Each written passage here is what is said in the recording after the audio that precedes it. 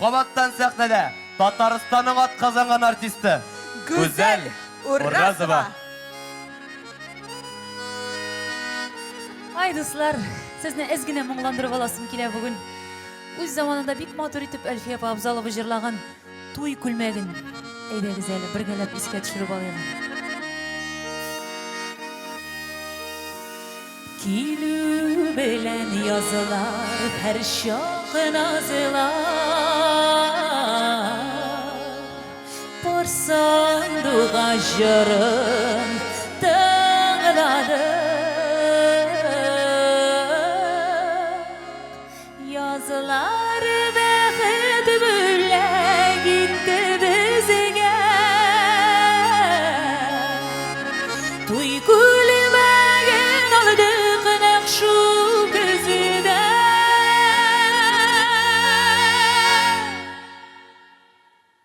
Tiki yerge nasip bulmadı.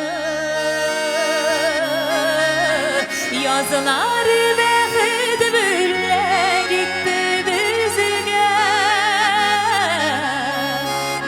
Tuy kулмэгин aldık nakşu gözüde.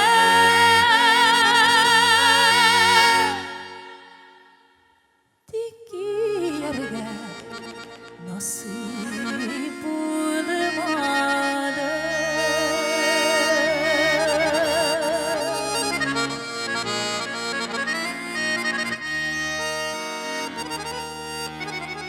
Yeşiligime geri koytar idi. Qabatlanması bulsa yazmışlar.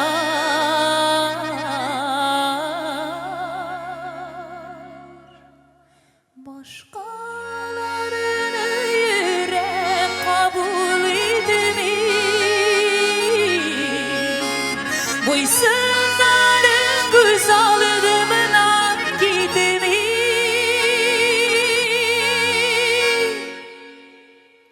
Gönlümde erinir savaşlar.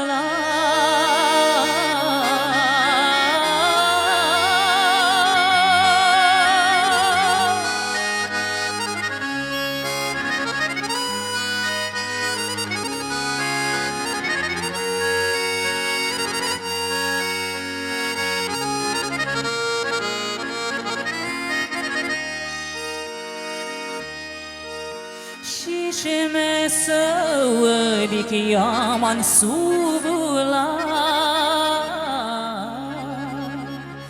Bigrek mın sular güzlere.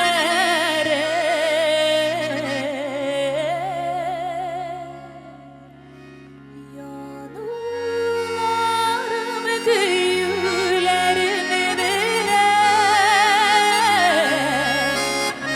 Sağ